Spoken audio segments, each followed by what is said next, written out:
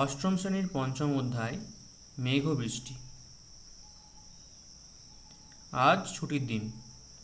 জানলাটা খুলতেই শরতের আকাশটা চোখে পড়ল ইন্দ্রজিতের। নীল আকাশে মেঘগুলো পেঁজা তুলোর মতো ভাসছে। মেঘের নানা রকম নকশা কল্পনা করতে করতে ইন্দ্রজিৎ মাঠের দিকে রওনা দিল।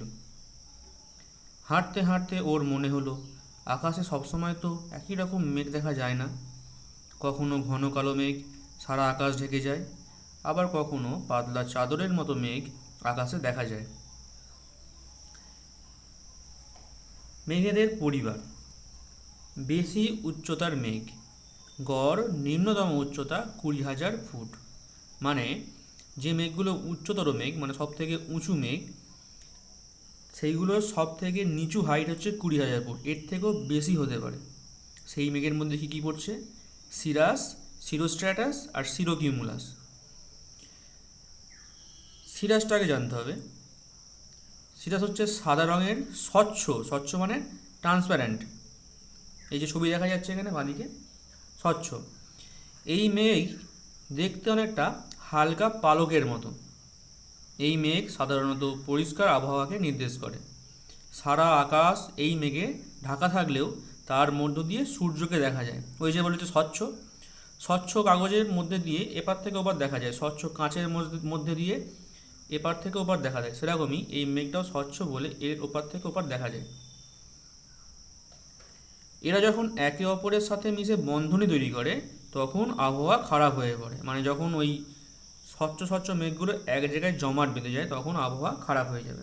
যখন আলাদা আলাদা থাকে তখন আকাশ ভালো থাকে, পরিষ্কার থাকে। সিরোস্ট্র্যাটাস। পাতলা সাদা চাদরের মতো এই মেঘে ঢাকা আকাশ দুধের মতো সাদা দেখায়। ডান দিকে ছবি দেওয়া আছে। অনেক সময় এই মেঘ চাঁদ আর সূর্যের চারপাশে বলয়ের আকারে অবস্থান করে। একে বর্ণবলয়ও বলে, মনে রাখবে। সিরোকিউমুলাস। পেঁজা তুলোর মতো এই মেঘে ঢাকা আকাশ দেখতে অনেকটা ম্যাকরেল মাছের পিঠের মতো। বাঁদিকে ছবি আছে।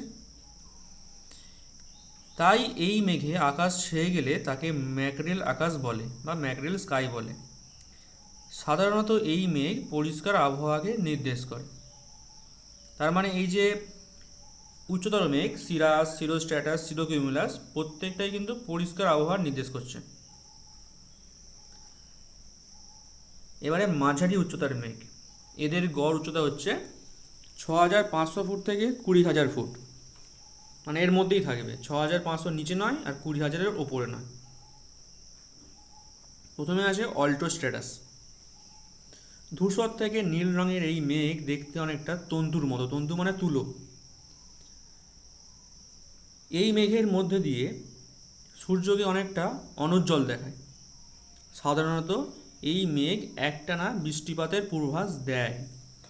অল্টোস্ট্র্যাটাস মেঘ, ডান দিকে ছবি দেওয়া আছে। অল্টোকিউমুলাস। চ্যাপ্টা, গোলাকার, সাদা থেকে ধূসর রঙের এই মেঘ আকাশের ঢেউয়ের মতো অবস্থান করে। এর ফাঁকে ফাঁকে নীল আকাশ দেখা যায়। বাঁদিকে ছবি আছে। এবারে হচ্ছে নিম্ন উচ্চতার মেঘ। গড় সর্বোচ্চ উচ্চতা 6,500 ফুট। মানে নিম্ন উচ্চতার মেঘ হাইয়েস্ট 6,500 ফুট পর্যন্তই হতে পারে, ওর বেশি নয়।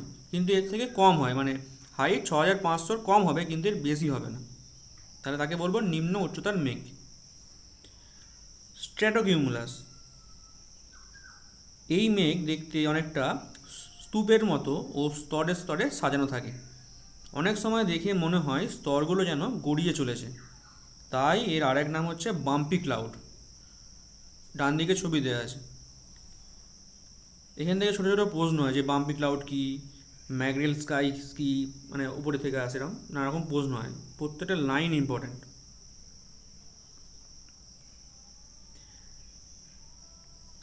ওই নিম্ন উচ্চতার মেঘের মধ্যেই পরেরটা হচ্ছে স্ট্র্যাটাস। সাদা থেকে ধূসর রঙের এই মেঘ সারা আকাশকে কুয়াশার মতো ঢেকে রাখে।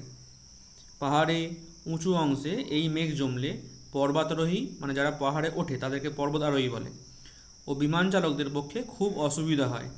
এই মেঘে মাঝে মাঝে গুঁড়ি গুঁড়ি বৃষ্টি হয়। ডান দিকে ছবি দেওয়া আছে স্ট্র্যাটাস, আকাশটা পুরো ঘন কুয়াশার মতো হয়ে যায়, কালো হয়ে যায় একেবারে। এবারে নিম্বো স্ট্র্যাটাস। ঘন পুরু ধূসর থেকে কালো রঙের এই মেঘ খারাপ আবহাওয়াকে নির্দেশ করে। এই মেঘের কোনো নির্দিষ্ট আকার থাকে না, একটানা বৃষ্টিপাত হয়। বাঁদিকে ছবি দেওয়া আছে নিম্বো স্ট্র্যাটাসে, মানে যত কম উচ্চতার মেঘ হবে তত ভয়ঙ্কর, তত আবহাওয়া খারাপ করার চান্স বেশি। এবারে আসছে উলম্ব মেঘ, মানে এরা লম্বা আকারের হয়। এদের গড় নিম্নতম উচ্চতা হচ্ছে 1600 ফুট, 1600 ফুট। এর থেকেও বেশি হয়, 1600 ফুটের কম হয় না, এর থেকে উঁচু হয় আর কি। কিউমুলাস। পুরু ঘন এই মেঘের উলম্ব বিস্তার দেখা যায়। উপরিভাগের আকার অনেকটা ফুলকপির মতো হলেও তলদেশ সমতল। এই মেঘের শীর্ষদেশ বেশ উঁচু, নিম্নাংশের রং কালো হলেও উপরিভাগের রং সাদা, মানে নিচটা কালো হলেও ওপরেরটা সাদা হবে। সাধারণত পরিষ্কার আবহাওয়ার নির্দেশ করে। ডান দিকে ছবি দেওয়া আছে। কিউমুলোনিম্বাস। অনেকটা গম্বুজের মতো দেখতে এই মেঘ সাদা, ধূসর ও কালো রঙের হয়। সাধারণত ভূপৃষ্ঠ সংলগ্ন বায়ু স্তর থেকে প্রায় 12,000 ফুট পর্যন্ত এই মেঘের উলম্ব বিস্তার দেখা যায়। ওপর দিক চ্যাপ্টা ও তলদেশ প্রায় সমতল। কিউমুলোনিম্বাস মেঘে বজ্রপাত সহ ভীষণ ঝড় বৃষ্টি হয়, তাই এর আরেক নাম বর্জ্যমেঘ বা থান্ডার ক্লাউড। অনেক সময় এই মেঘ থেকে শিলাবৃষ্টিও হতে দেখা যায়। প্রশ্ন আসে যে শিলাবৃষ্টি কোন মেঘে হয়, বলতে হবে। এবারে যেগুলো পড়লাম সেগুলো এক নজরে দেখাচ্ছে। সব থেকে উপরে আছে বেশি উচ্চতার মেঘ, যেমন সিরোস্ট্র্যাটাস, সিরোক্যামুলাস, সিরাস, মানে এরা উপরে ঘুরে বেড়ায়। তারপরে হচ্ছে 20,000 ফুটের নিচে মাঝারি উচ্চতার মেঘ, অল্টোস্ট্র্যাটাস আর অল্টোকিউমুলাস। তারপরে হচ্ছে কম উচ্চতার মেঘ, 6,500 ফুটের কম, যেমন স্ট্র্যাটাস, স্ট্র্যাটোকিউমুলাস আর নিম্বো স্ট্র্যাটাস। আর ডান দিকে দেওয়া আছে উলম্ব মেঘ, ভার্টিক্যাল। উপরে আছে কিউমুলো নিম্বাস আর নিচে আছে কিউমুলাস। এবার তোমাদের এখানে বলেছে মেঘ দেখলে কেমন কি মেঘ দেখছো সেগুলো আকাশে দেখা যায়, সেগুলো লিখতে বলেছে খাতায়। আমাদের দেখা যায়, আমি দেখেছি অনেকবার। মেঘের সৃষ্টি। সূর্যের তাপে সমুদ্র, নদী, পুকুরের জল উত্তপ্ত হয়ে বাষ্পে পরিণত হয়ে বায়ুতে মেশে। এছাড়াও গাছপালার প্রস্বেদন প্রক্রিয়ার মাধ্যমে জলীয় বাষ্প বাতাসে যুক্ত হয়। প্রস্বেদন মানে হচ্ছে গাছ যে বাষ্পমোচন করছে, গাছ যে তার অতিরিক্ত জলটাকে বাতাসে ছেড়ে দেয়, সেটাকেই প্রস্বেদন বলে। এই জলীয় বাষ্পযুক্ত বায়ু সাধারণ বায়ু অপেক্ষা হালকা হয় এবং সহজে ওপর দিকে উঠে প্রসারিত হয়। প্রসারিত মানে ওপর দিকে গিয়ে বড় হয়ে যায়, ছড়িয়ে পড়ে চারিদিকে। ওপরে শীতল বায়ুর সংস্পর্শে এসে এই জলীয় বাষ্পযুক্ত বাতাস তাড়াতাড়ি শীতল হয়। আমরা জানি ভূপৃষ্ঠ থেকে যত উপর দিকে যাওয়া যায় তাপমাত্রা তত কমতে থাকে। 1 কিলোমিটার গেলে 6.4 ডিগ্রি সেন্টিগ্রেড হারে কমে। সেই জন্যই ওপর দিকে গেলে বায়ুটা ঠান্ডা হয়ে যাবে আর শীতল হয়ে যাবে। বায়ু যত শীতল হয় তার জলীয় বাষ্প ধারণ ক্ষমতা তত কমে যায়। মানে বায়ু যদি ঠান্ডা হয় তাহলে কিন্তু জলীয় বাষ্প ধরে রাখার ক্ষমতা কমে যাবে। গরম থাকলে জলীয় বাষ্প বেশি করে নিতে পারে, কিন্তু যদি বায়ু ঠান্ডা হয় তাহলে জলীয় বাষ্প ধারণ ক্ষমতা ধরে রাখার ক্ষমতা কমে যায়। ধীরে ধীরে ওই আর্দ্র বায়ুর তাপমাত্রা শিশিরাঙ্কে এসে পৌঁছায়। শিশিরাঙ্কে মানে যেখানে গেলে, যে অংশে গেলে তাপমাত্রা শিশির জমে সেটাকেই শিশিরাঙ্ক বলে। এবং বায়ু সম্পৃক্ত হয়ে পড়ে। সম্পৃক্ত মানে বায়ু কমপ্লিট হয়ে গেল, বায়ুর মধ্যে আর জল রাখার জায়গা নেই, ওটাকেই সম্পৃক্ত বলে, ফুলফিল হয়ে গেল একেবারে।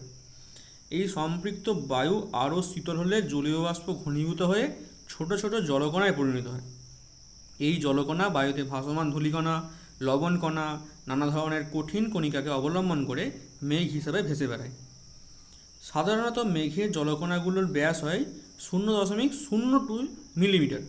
0.02 মিলিমিটার। বায়ুমণ্ডলের ট্রোপোস্ফিয়ারেই মেঘের সৃষ্টি হয়। যে বায়ুমণ্ডলের স্তর রয়েছে troposphere, stratosphere, mesosphere, thermosphere, exosphere, magnetosphere, তার মধ্যে সবথেকে যে নিচের স্তর ট্রোপোস্ফিয়ার, যেখানে আমরা থাকি, যে স্তরের মধ্যে আমরা, সেই স্তরে মেঘের সৃষ্টিটা হয়। বাঁ দিকে ছবি দিয়েছে, স্থলভাগ দেখাচ্ছে, জলভাগ দেখাচ্ছে। জলভাগ থেকে বাষ্পীভবন হচ্ছে, সূর্যের তাপে জল ওপর দিকে উঠে যাচ্ছে বাষ্প হয়ে। এদিকে গাছ আছে, গাছও প্রস্ফুটন প্রক্রিয়ায় ওপর দিকে, মানে বাষ্পমোচন প্রক্রিয়া ওপর দিকে পাঠাচ্ছে। আর তারপরে ওগুলো হালকা বায়ু হয়ে ওপর দিকে উঠছে, মেঘ সৃষ্টি হচ্ছে। আর মেঘটা ভারী হয়ে যাচ্ছে, তখন বৃষ্টিপাত ঘটাচ্ছে। এটাকে ঘনীভবন প্রক্রিয়া বলছে। বিশেষ কথা কী কী আছে? জলের বাষ্পে পরিণত হওয়ার প্রক্রিয়া হলো বাষ্পীভবন। কোনো নির্দিষ্ট উষ্ণতায় নির্দিষ্ট পরিমাণ বায়ু যতটা পরিমাণ জলীয় বাষ্প ধারণ করতে পারে সেই পরিমাণ জলীয় বাষ্প থাকলে ওই বায়ু সম্পৃক্ত বায়ু। মানে যতটা জল নেওয়ার ক্ষমতা, যদি সেইটা পরিমাণই জল থাকে তাহলে তখনই সেটা সম্পৃক্ত বায়ু হয়ে যাবে। মানে আমার কাছে যদি একটা গ্লাস থাকে, সেই এক গ্লাসে যতটা পরিমাণ জল রাখা যায়, যদি ততটা আমার কাছে থাকে তাহলে আমি সম্পৃক্ত, আমার গ্লাসটা সম্পৃক্ত হয়ে গেছে। সেরকমই একটা মেঘের মধ্যে যতটা পরিমাণ বা একটা বায়ুর মধ্যে যতটা পরিমাণ জলীয় বাষ্প থাকার কথা, যদি সেটা পেয়ে যায় তখন সেটা সম্পৃক্ত বায়ু হয়ে যাবে। শিশিরাঙ্ক, যে তাপমাত্রায় বায়ু সম্পৃক্ত হয় তাই হলো ওই বায়ু শিশিরাঙ্ক। মানে যখন যে তাপমাত্রায় সমস্ত যে ক্রাইটেরিয়া, বায়ুতে যে জল অ্যাড হওয়ার, বায়ুতে যে বাষ্প অ্যাড হওয়ার ক্রাইটেরিয়া যদি সবটা পূরণ হয়ে যায়, সেই তাপমাত্রাকে বলা হচ্ছে শিশিরাঙ্ক। আর জলীয় বাষ্পে জলকণায় পরিণত হওয়ার প্রক্রিয়া হলো ঘনীভবন।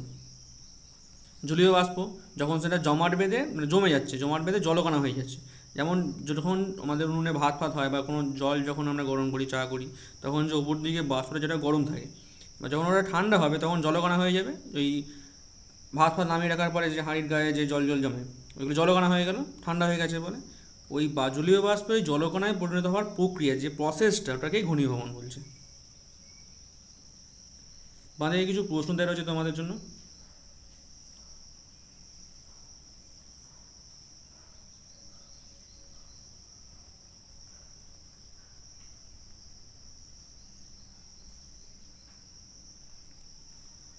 অধঃক্ষেপণ। পৃথিবীর অভিকর্ষের টানে বায়ুমণ্ডল থেকে জলকণা বা বরফকণা ভূপৃষ্ঠে নেমে এলে তাকে বলে অধঃক্ষেপণ। জলকণা মানে হচ্ছে লিকুইড, তরল, আর বরফকণা মানে যেটাকে আমরা শিল পড়া বলি, কঠিন অবস্থায় যখন পড়ে তখন তাকে আমরা বরফকণা বা শিল বলে থাকি, ওটা হচ্ছে কঠিন অবস্থা। তার মানে কি, যে বৃষ্টিপাত হয় বা শিলাবৃষ্টি হয়, এইগুলো তো পৃথিবীর মাধ্যাকর্ষণ টানের ফলে পৃথিবীর দিকে আসে, এটাকেই আমরা অধঃক্ষেপণ বলি। আমাদের সবচেয়ে পরিচিত অধঃক্ষেপণ হলো বৃষ্টিপাত। আকাশে ভেসে থাকা মেঘ হলো আসলে ধূলিকণাকে আশ্রয় করে থাকা অসংখ্য ছোট ছোট জলকণার সমষ্টি। এই মেঘ ক্রমশ উপরের দিকে উঠতে শুরু করলে শীতল বায়ুর সংস্পর্শে আসে ও আরও ঘনীভূত হয়। এভাবে ছোট ছোট জলকণাগুলো পরস্পর যুক্ত হয়ে বড় জলকণায় পরিণত হয়। তুলনায় বড় জলকণাগুলো বেশি ভারী হওয়ায় বাতাসে ভেসে থাকতে পারে না, তখন পৃথিবীর অভিকর্ষের টানে বৃষ্টিরূপে ঝরে পড়ে। বৃষ্টিপাতের ক্ষেত্রে দুটো প্রক্রিয়া একসাথে কাজ করে। এক, বাতাসের শীতল হাওয়া, আর বাতাসে জলীয় বাষ্পযুক্ত হাওয়া। বাঁদিকে ছবি দেওয়া আছে। প্রথমে বায়ুর ঊর্ধ্বগমন, বায়ু উপর দিকে উঠে যাচ্ছে, মানে এই যে গরম গরম বায়ুগুলো, যেগুলো জলীয় বাষ্প হওয়া আর কি। বাতাসে ভাসমান ছোটো জলকণা, এবারে ওরা যখন দুটো একসাথে জুড়ে যাচ্ছে তখন ভারী হয়ে যাচ্ছে, আবার চারটে যখন একসাথে জুড়ে যাচ্ছে তখন খুব ভারী হয়ে যাচ্ছে, তখন বৃষ্টিরূপে ঝরে পড়ছে। যখন সিঙ্গেল ছিল তখন ওরা ভেসে বেড়াচ্ছিল, দুটো হলো একটু ভারী হলো, নিচের দিকে নেমে এলো, এবং যখন ম্যাক্সিমামটা জুড়ে গিয়ে বড় ফোঁটা হয়ে গেল তখন ওরা নিচের দিকে নেমে আসে। এখানে বলে রাখি, বৃষ্টি কিন্তু যখন ওপর দিকে তৈরি হয় তখন কিন্তু গোল ফুটবলের মতো হয়। ফুটবল মানে মানে বলের মতো গোল হয় আর কি। সে ফুটবল হতে পারে, ক্যাম্বিস বলও হতে পারে, ছোটো বলও হতে পারে। কিন্তু যখনও পৃথিবীর টানে পৃথিবীর দিকে এসে পৌঁছায় তখনও সাইজটা এরকম হয়ে যায়, এখানে যে সাইজটা দেওয়া রয়েছে এরকম হয়ে যায়। কিন্তু বৃষ্টি অ্যাকচুয়ালি ওপরে যখন সৃষ্টি হয় তখন এরকম গোল থাকে। পৃথিবীতে নামার সময় ওগুলো পৃথিবীর জলকণার যে পৃষ্ঠ টান, মানে জলকণা যে নিচের দিকে পড়ছে, সেই টানের ফলে এটা উপর দিকে এরকম উঁচু হয়ে যায়। বৃষ্টিতে অ্যাকচুয়ালি উপর দিকে যেটা সৃষ্টি হয় সেটা গোল হয়। বৃষ্টিপাতের রকমভেদ। পরিচলন বৃষ্টিপাত, যে সমস্ত অঞ্চলে সূর্যরশ্মি সারা বছর প্রায় লম্বভাবে পড়ে এবং যেখানে জলভাগের বিস্তার বেশি সেখানে বাষ্পীভবনের পরিমাণ বেশি হয়। মানে সূর্য যদি লম্বভাবে কিরণ দেয় তাহলে তাড়াতাড়ি গরম হবে জলটা, আর যদি তীর্যকভাবে দেয় তাহলে কি অল্প আলোর তেজ থাকছে তাহলে জলের যে বাষ্পীভবনের হার সেটা কম হবে। তাহলে যেখানে জল বেশি আর সূর্য লম্ব কিরণ দিচ্ছে সেখানে কিন্তু তাড়াতাড়ি বাষ্পীভবন হবে, যেমন নিরক্ষীয় অঞ্চলে সূর্য লম্ব কিরণ দেয়। এই সমস্ত অঞ্চলে বায়ুতে প্রচুর পরিমাণে জলীয় বাষ্প মেশে এবং ওই উষ্ণ হালকা বাতাস ওপরের দিকে উঠে প্রসারিত হয়। মানে নিচ থেকে উঠলো ওপরের দিকে গিয়ে চারিদিকে ছড়িয়ে পড়ছে। ঊর্ধ্বগামী বায়ুর চাপ কম হওয়ায় উষ্ণতাও কমে যায়, কিন্তু সেই উষ্ণতায় বায়ুতে জলীয় বাষ্পের পরিমাণ একই থাকে। ঠান্ডা বাতাস কম জলীয় বাষ্প ধারণ করতে পারে বলে বায়ুর আপেক্ষিক আর্দ্রতা বা রিলেটিভ হিউমিডিটি বেড়ে যায়। ঠান্ডা বাতাস, আমি আগেই বলেছি যে ঠান্ডা বাতাসে কম জলীয় বাষ্প থাকবে, সেটাই বলছি যে ঠান্ডা বাতাস কম জলীয় বাষ্প ধারণ করতে পারে মানে ধরে রাখতে পারে বলে বায়ুর আপেক্ষিক আর্দ্রতা বেড়ে যায়। ক্রমশ বায়ু আরও শীতল হয়ে সম্পৃক্ত হয়ে পড়ে, সম্পৃক্ত মানে কমপ্লিট হয়ে পড়ে, এবং ঘনীভবন প্রক্রিয়ায় জলীয় বাষ্প ছোট ছোট জলকণায় পরিণত হয়। এই জলকণা ধূলিকণাকে আশ্রয় করে তৈরি করে মেঘ, সাধারণত কিউমুলো নিম্বাস। সেই ওদিকে মেঘে বললাম ওই কিউমুলো নিম্বাস। অবশেষে এই মেঘ আরও ঘনীভূত হলে মানে আরও জমাট বাঁধলে, ঘন হলে জলকণাগুলো জলবিন্দুতে পরিণত হয়ে বৃষ্টিরূপে ভূপৃষ্ঠ ঝরে পড়ে। এই বৃষ্টি হলো পরিচয়ন বৃষ্টিপাত বা কনভেনশনাল রেইনফল। Convectional rainfall. নিরক্ষীয় অঞ্চলে দুপুরের পর বা বিকেলের দিকে বজ্রবিদ্যুৎ সহ মুষলধারে পরিচয়ন বৃষ্টিপাত হয়। এই বৃষ্টিপাত অল্প জায়গার মধ্যে সীমাবদ্ধ থাকে। ছবি দিয়েছে এখানে পরিচয়ন বৃষ্টিপাতে, বায়ু ওপর দিকে যাচ্ছে, সেখানে গিয়ে বিশাল বড় এরিয়া নিচ্ছে, তারপর জমাট বাঁধছে, তারপর মেঘ সৃষ্টি করছে, তারপর ভূপৃষ্ঠে ঝরে পড়ছে। বিশেষ কথা, কোনো নির্দিষ্ট উষ্ণতায় নির্দিষ্ট পরিমাণ বায়ুতে যে পরিমাণ জলীয় বাষ্প আছে এবং সেই উষ্ণতায় ওই বায়ুকে সম্পৃক্ত করার জন্য যে পরিমাণ জলীয় বাষ্পের প্রয়োজন, এই দুইয়ের অনুপাতই হলো আপেক্ষিক আর্দ্রতা। এই আর্দ্রতা শতকরা হিসাবে প্রকাশ করা হয়, মানে পার্সেন্টেজ চিহ্ন দিয়ে প্রকাশ করা হয়। আমরা টিভিতে যখন খবর দেখি, ওয়েদার রিপোর্ট দেখি, তখন এই পার্সেন্টেজে বলে যে আজকে বায়ুতে 95% আর্দ্রতা আছে, এগুলো বলে। মানে কোনো নির্দিষ্ট উষ্ণতা মানে যে একটা নির্দিষ্ট টেম্পারেচার, নির্দিষ্ট পরিমাণ বায়ুতে মানে একটা নির্দিষ্ট এলাকার বায়ুতে যে পরিমাণ জলীয় বাষ্প আছে এবং সেই উষ্ণতায় ওই বায়ুকে সম্পৃক্ত করার জন্য যে পরিমাণ জলীয় বাষ্প প্রয়োজন, মানে যেটা আছে আর ওটাকে সম্পৃক্ত করার জন্য যে পরিমাণ জলীয় বাষ্পের প্রয়োজন, এই দুইয়ের অনুপাত, মানে ওটা যেটা দরকার আর যেটা আছে এই দুটোর যে অনুপাত, এটাকেই বলা হয় আপেক্ষিক আর্দ্রতা, যা ইংরেজিতে বলে রিলেটিভ হিউমিডিটি। এবার হচ্ছে শৈলক্ষেপ বৃষ্টিপাত। সমুদ্রের দিক থেকে আসা শৈলক্ষেপ মানে আগে বলে দিই, শৈলক্ষেপ মানে হচ্ছে পাহাড়ে ধাক্কা খেয়ে যে বৃষ্টিটা হয়। শৈলক্ষেপ, শৈল মানে পাহাড়। সমুদ্রের দিক থেকে আসা জলীয় বাষ্পযুক্ত আর্দ্র বায়ুর প্রবাহ পথে আড়াআড়িভাবে কোনো পর্বত বা উচ্চভূমি অবস্থান করলে ওই বায়ু পর্বত বা উচ্চভূমিতে বাধা পেয়ে ওই পর্বত বা উচ্চভূমির ঢাল বেয়ে ওপরের দিকে উঠে যায়। ঊর্ধ্বগামী ওই বায়ু ক্রমশ প্রসারিত হয়, মানে বিস্তৃত হয়ে যায় ও ঠান্ডা হয়ে যায়। আরও উপরে উঠলে ওই বায়ু সম্পৃক্ত হয়ে পড়ে এবং ঘনীভূত হয়ে বৃষ্টিপাত ঘটায়। এই বৃষ্টি হলো শৈলক্ষেপ বৃষ্টিপাত। ওরোগ্রাফিক রেইনফল।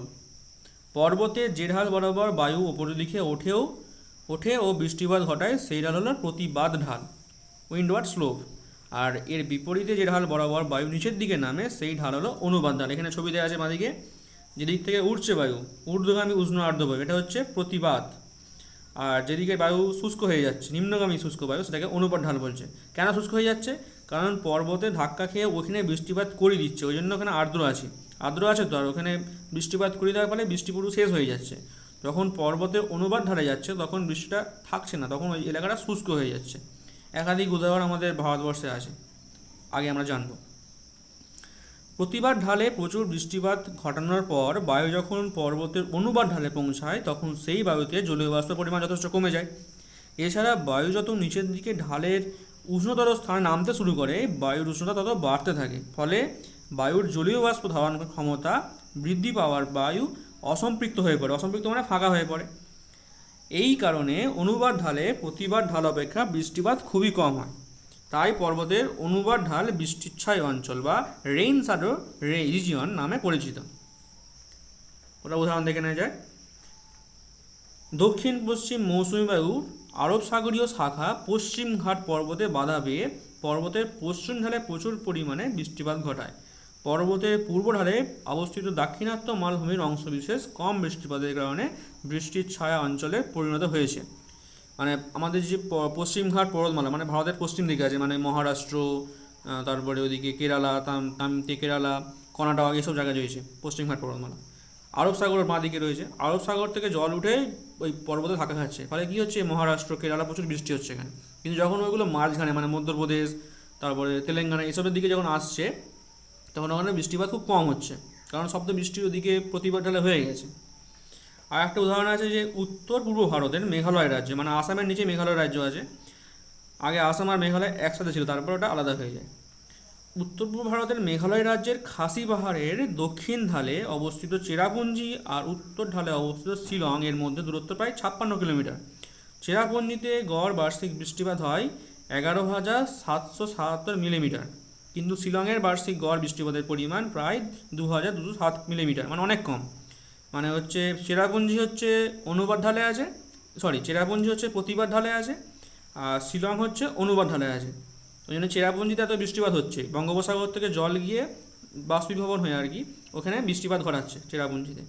কিন্তু শিলংয়ে যখন বায়ু পুরো খালি হয়ে যাচ্ছে, মেঘটা পুরো খালি হয়ে যাচ্ছে, অসম্পৃক্ত হয়ে যাচ্ছে, তখন শিলংয়ে পৌঁছচ্ছে। শিলংয়ে ওই জন্য বৃষ্টিপাত কম হচ্ছে। আর এখানে বলে রাখা দরকার, শিলং কিন্তু আমাদের মেঘালয়ের রাজধানী। একটা পাহাড়ের এদিক আর ওদিক শিলংয়ের রাজধানী, তার বিপরীত স্থানে হচ্ছে চেরাপুঞ্জি। এখানে প্রতিদিন প্রচুর বৃষ্টিপাত হয়, বৃষ্টির ছায়া অঞ্চল আছে, বৃষ্টির ছায়া অঞ্চল বলে রেইন ফরেস্ট এখানে গড়ে উঠেছে, এত বৃষ্টি হয়। এবার নামের বিশেষত্ব। শৈল কথার অর্থ পর্বত, আর উৎক্ষেপ হলো উপরে ওঠা। পর্বত দ্বারা বাধা পেয়ে বায়ু উৎক্ষিপিত হলে উৎক্ষিপ্ত হয়ে বৃষ্টিপাত হওয়ায় এই বৃষ্টির নাম হলো শৈলোৎক্ষেপ বৃষ্টিপাত। আরও বৃষ্টিপাত আছে। ঘূর্ণ বৃষ্টিপাত। স্বল্প পরিসর কোনো স্থানে, মানে অল্প জায়গার কোনো স্থানে উষ্ণতা বেড়ে গেলে সেখানকার বায়ু গরম হয়ে ওপর দিকে উঠে যায়, ফলে সেখানে বায়ুর চাপ কমে গিয়ে নিম্নচাপ কেন্দ্রের সৃষ্টি হয়। মানে বায়ু যদি ওপর দিকে উঠে যায় তাহলে কী হবে, প্রেশারটা নিচে কমে যাবে, ওই জন্য নিম্নচাপ সৃষ্টি হচ্ছে। এই নিম্নচাপের চারিদিকে বায়ু অপেক্ষাকৃত শীতল হওয়ায় বায়ুর চাপ তুলনামূলক বেশি থাকে। এই যেখানে নিম্নচাপ তৈরি হলো তার চারিদিকের বায়ু ঠান্ডা থাকায় বায়ুর চাপ বেশি হয়ে যাচ্ছে, ঠান্ডা বায়ু ভারী হয়। উচ্চচাপের এই বায়ু প্রবল গতিতে নিম্নচাপের কেন্দ্রের দিকে কুণ্ডালাকারে ছুটে আসায় ঘূর্ণিঝড়ের সৃষ্টি হয় এবং ক্রান্তীয় ঘূর্ণাবর্ত তৈরি হয়। মানে আমরা বায়ু প্রবাহের চ্যাপ্টারে পড়েছি এটা। দুদিকের বায়ু যখন এক জায়গার নির্দিষ্ট অঞ্চলের বায়ু যখন উষ্ণ হয়ে যায়, তখন উষ্ণ বায়ু হালকা হয়ে গেলে ওপর দিকে উঠে যায়, ফলে মাঝখানে যে ভ্যাকেন্ট, যে ফাঁকা জায়গাটা তৈরি হয়, ফলে সেই ফাঁকা জায়গায় ভর্তি করতে আশেপাশে যে শীতল বায়ুগুলো রয়েছে সেইগুলো ওই জায়গায় চলে আসে। আসার ফলে একটা দুটো বায়ু দুদিক থেকে আসে, তো ধাক্কা খেয়ে একটা ঘূর্ণমতের সৃষ্টি হয়। এটাই বলছে এখানে, একটা ছবি এঁকে দেখাচ্ছি আমি। এখানে এটা সূর্য আর এখানে আমার বায়ু আছে। এবার এইখানে সূর্যের তাপ পড়ছে, ফলে কী হবে, এই জায়গাটা গরম হয়ে গেল, আর এখানে বায়ুগুলো উষ্ণ হয়ে গেল, ফলে কী হলো, ওপর দিকে উঠে গেল। তাহলে এই জায়গাটা কি এখন রয়েছে, এই জায়গাটা আমার ভ্যাকেন্ট রয়েছে, ফাঁকা রয়েছে। ফলে কী হলো, এই ফাঁকা জায়গাটা ভর্তি করতে পরিবেশ কোনো কিছু ফাঁকা রাখে না। এই ফাঁকা জায়গাটা ভর্তি করতে কী করতে হবে, আশেপাশে যত বায়ু রয়েছে তারা তীব্র গতিতে ছুটে আসবে, ছুটে এসে এই জায়গাটায় ভর্তি করার চেষ্টা করবে। এইবারে এদের গতিবেগে কী হয়, এরা একে অপরের সঙ্গে ধাক্কা খেয়ে ঘুরতে শুরু করে বনমান করে। এটাকেই বলা হয় ঘূর্ণাবর্ত। এই তো বলছে, এই কেন্দ্রাভিমুখী ঊর্ধ্বগামী বায়ু শীতল ঘনীভূত হয়ে বজ্রবিদ্যুৎ সহ বৃষ্টিপাত ঘটায়। এই ঘূর্ণবাত থেকে সৃষ্ট বৃষ্টিপাতের নাম হচ্ছে ঘূর্ণিবৃষ্টি বা সাইক্লনিক রেইনফল। আমরা শুনেছি সাইক্লোন। সাধারণত ক্রান্তীয় ঘূর্ণবাতের উৎপত্তি হয় দুই গোলার্ধের 5 ডিগ্রি থেকে 20 ডিগ্রি অক্ষাংশের মধ্যবর্তী অঞ্চলে, মানে নিরক্ষরেখার ওপর দিকে, নিরক্ষরেখা আর কর্কটক্রান্তি আর এদিকে মকরক্রান্তি রেখার মাঝের অংশটায় হয়। এই ঘূর্ণবাতের কেন্দ্রে বায়ুর চাপ সব থেকে কম থাকে। এই অংশের নাম ঘূর্ণবাতের চোখ বা আই অফ সাইক্লোন। আমরা খবরে দেখেছি এই যে বড় বড় সাইক্লোন এলো আমাদের, ইয়াস, আমফান, এইগুলো। সাধারণত ঘূর্ণবাতের কেন্দ্রে আকাশ পরিষ্কার থাকে এবং শান্ত আবহাওয়া দেখা যায়। মানে ঘূর্ণবাতের যেটা মিডিল পয়েন্ট, যেটা কেন্দ্র, সেইখানে কিন্তু আকাশ পরিষ্কার থাকে এবং শান্ত আবহাওয়া, মানে একদম কাম ওয়েদার, মনেই হবে না ঝড় বৃষ্টি হবে। এই ঘূর্ণবাত জলভাগের ওপর বেশি শক্তিশালী হয়, যত স্থলভাগের দিকে এগোয় ক্রমশ দুর্বল হয়ে পড়ে। সাধারণত শরৎকালে এই ঘূর্ণবাতের প্রকোপ দেখা যায়। মানে জলের ওপর এটা সৃষ্টি হয়, সমুদ্রের মাঝখানে সৃষ্টি হয়। এবার যখন ওরা আস্তে আস্তে ডাঙার দিকে চলে আসে, তখন তার শক্তি হারিয়ে ফেলে। মানে এই যে ঘূর্ণবাত, এর মেন জ্বালানি ফুয়েল সেটা হয় কিন্তু জলীয় বাষ্প। আর বেশি জলীয় বাষ্প কোথায় পাবে, সমুদ্রের মাঝখানে। এটাই বলছে, ওই জন্যে সমুদ্রে সৃষ্টি হয়, আর যখন আমাদের ডাঙায় এসে আছড়ে পড়ে তখন কিন্তু কিছুদিনের মধ্যে থেমে যায়, কারণ জলীয় বাষ্প পাচ্ছে না প্রয়োজন মতো। এটাই বলছে।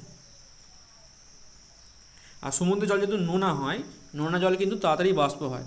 আমরা দেখেছি যে যখন ঘরে জল ফোটাই আমরা যদি একটু নুন ফেলে দিই সেটা তাড়াতাড়ি ফুটে যাবে, আর যদি না ফেলে দিই একটু টাইম লাগবে, সেরকম ব্যাপার। নোনা জল কিন্তু তাড়াতাড়ি বাষ্প হয়, ওই জন্যে সমুদ্রের মাঝখানে এগুলো বেশি সৃষ্টি হয়। বঙ্গোপসাগরে সৃষ্টি হওয়া ঘূর্ণবাত ওড়িশা, অন্ধ্রপ্রদেশ ও পশ্চিমবঙ্গের উপকূলবর্তী অঞ্চলে প্রচুর ঘূর্ণিবৃষ্টি ঘটায়, আমরা জানি এগুলো। 2009 সালের ঘূর্ণবাত আইলা, 2013 সালের ঘূর্ণবাত ফাইলিন এর প্রভাবে ভারতের পূর্ব উপকূলে তথা বাংলাদেশে ব্যাপক ক্ষয়ক্ষতি হয়েছিল। ক্রান্তীয় ঘূর্ণবাতের বিভিন্ন জায়গায় বিভিন্ন নামে পরিচিত, যেমন বঙ্গোপসাগরে হলে সাইক্লোন বলা হবে, ক্যারিবিয়ান সাগরে হলে হ্যারিকেন, আবার পূর্ব চীন সাগরে ঘূর্ণিঝড় টাইফুন নামে পরিচিত। এগুলো মনে রাখতে হবে। এখানে একটা ছবি দিয়েছে যে ঘূর্ণবাত কী করে তৈরি হচ্ছে। ঊর্ধ্বগামী বায়ু, নিম্নগামী বায়ু শীতল হয়ে নিচের দিকে নামছে, আর ঊর্ধ্বগামী বায়ু ওপর দিকে উঠে যাচ্ছে। এইভাবে যে একটা ঘূর্ণ তৈরি হচ্ছে, নিম্নচাপ কেন্দ্র তৈরি হচ্ছে, দূর থেকে বায়ু আসছে, এইভাবেই ক্রান্তীয় ঘূর্ণ বৃষ্টি তৈরি হয়। এবার উত্তর পূর্ব আয়নবায়ু ও দক্ষিণ পূর্ব আয়নবায়ু যেখানে মিলিত হয় সেখানে এই ঘূর্ণবৃষ্টি হতে দেখা যায়। হ্যাঁ, বলেছি আমরা। মৌসুমি বায়ু অধিষ্ঠিত দেশগুলোতে শরৎ আর হেমন্তকালে এই বৃষ্টি হয়। মৌসুমি বায়ু অধিষ্ঠিত দেশ মানে হচ্ছে আমাদের ভারতবর্ষ মেনলি মৌসুমি বায়ু অধিষ্ঠিত দেশ, মানে মৌসুমি বায়ুর প্রভাবে এখানে বৃষ্টিপাত ঘটায়। মধ্য ইউরোপের দেশগুলোতে শীতকালে এই ঘূর্ণবৃষ্টি হতে দেখা যায়। মধ্য ইউরোপের দেশগুলো মানে হচ্ছে যে আমাদের কন্টিনেন্ট রয়েছে, মহাদেশ রয়েছে ইউরোপ, সেখানে কথা বলছে, তার মাঝের যে দেশগুলো রয়েছে সেখানে এই ধরনের ঘূর্ণবৃষ্টি দেখা যায়।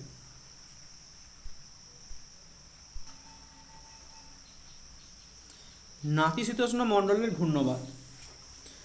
নাতিশীতোষ্ণ মণ্ডলের কোনো স্থানে নিম্নচাপ তৈরি হলে ক্রান্তীয় অঞ্চলের জলীয় বাষ্পযুক্ত উষ্ণ বায়ু এবং মেরু অঞ্চলের শীতল শুষ্ক বায়ু ওই নিম্নচাপ কেন্দ্রের দিকে অনুভূমিক ঢাল বরাবর ছুটে আসে, অনুভূমিকভাবে ছুটে আসে। নাতিশীতোষ্ণ মণ্ডল মানে যেখানে না গরম না ঠান্ডা, সেই অঞ্চলে কোনো স্থানে যদি নিম্নচাপ তৈরি হয় তাহলে ক্রান্তীয় মানে যেখানে উষ্ণ, ওই নাতিশীতোষ্ণ মণ্ডল থেকে উষ্ণ অঞ্চল, সেখানে জলীয় বাষ্পযুক্ত উষ্ণ বায়ু, মেরু অঞ্চলের শীতল বায়ু, মানে যদি আমরা কর্কট ক্রান্তি রেখা ধরি তার ওপর দিকে আছে আমাদের মেরু আর নিচের দিকে নিরক্ষরেখা, এই দুদিকের যে মেরু অঞ্চলের ঠান্ডা বায়ু আর নিরক্ষের গরম বায়ু ওইগুলো ছুটে আসে ভূমির দিকে। অনুভূমিকভাবে মানে হচ্ছে হরাইজন্টালি, পাশাপাশি লম্বা লম্বা সমান চিনের মতো ছুটে আসে।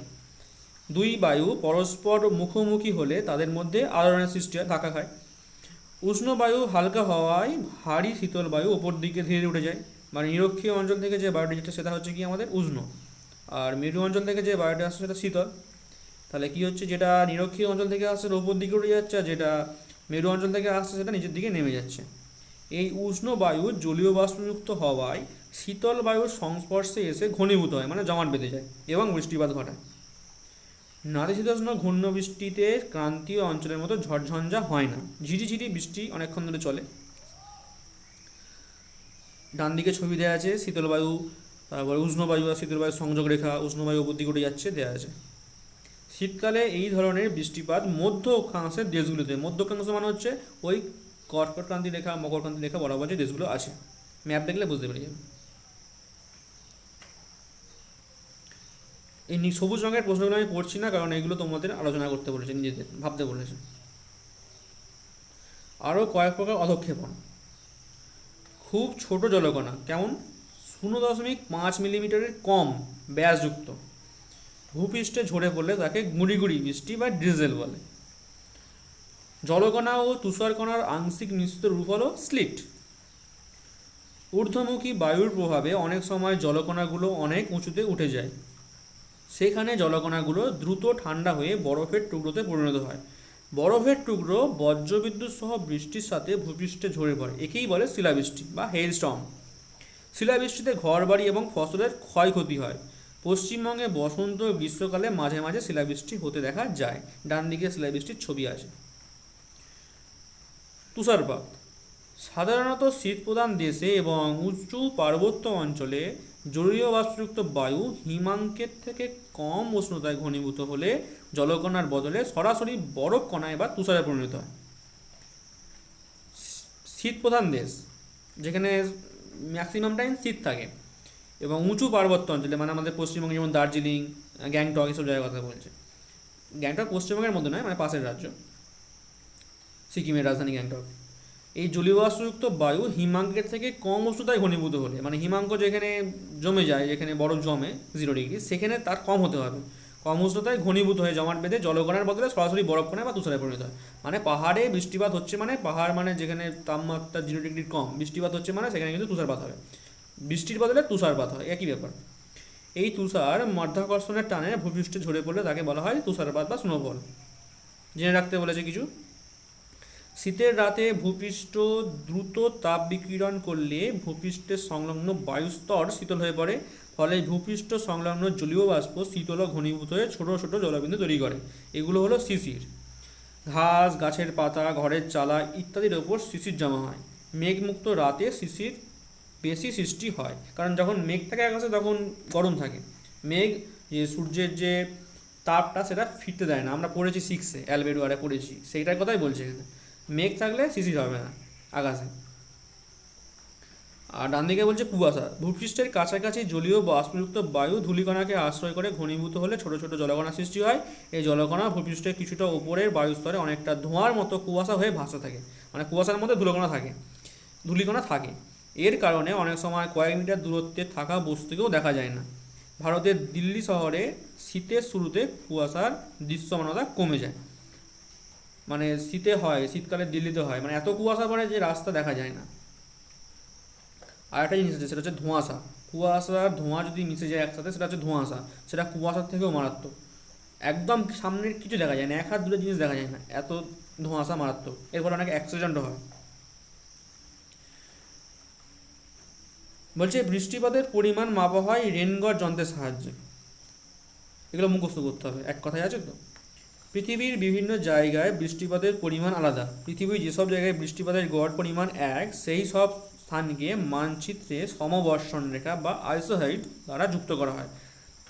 এটা ভূগোলের ব্যাপার, তোমরা যখন 11-এ ভূগোল নিয়ে পড়বে তখন এইগুলো আরও ডিটেলসে জানতে পারবে। মানে যেখানে যেখানে একই বায়ুর চাপ থাকে সেখানে সমচাপ রেখা বলে, সমপ্রেস রেখা বলে। সেরকমই যেখানে একই রকম বৃষ্টিপাত হয়, মানে একই মিলিমিটারের বৃষ্টি হয়, রেনগজ দিয়ে মাপা হয় তো, একই রকম বৃষ্টিপাত মাপা হয়, সেটা হচ্ছে সমবর্ষণ রেখা। সেরকমই সমান তাপ আছে, সমান উচ্চতা আছে, এগুলো কন্ট্যুর বলা হয়, এরকম আছে। ব্যাস।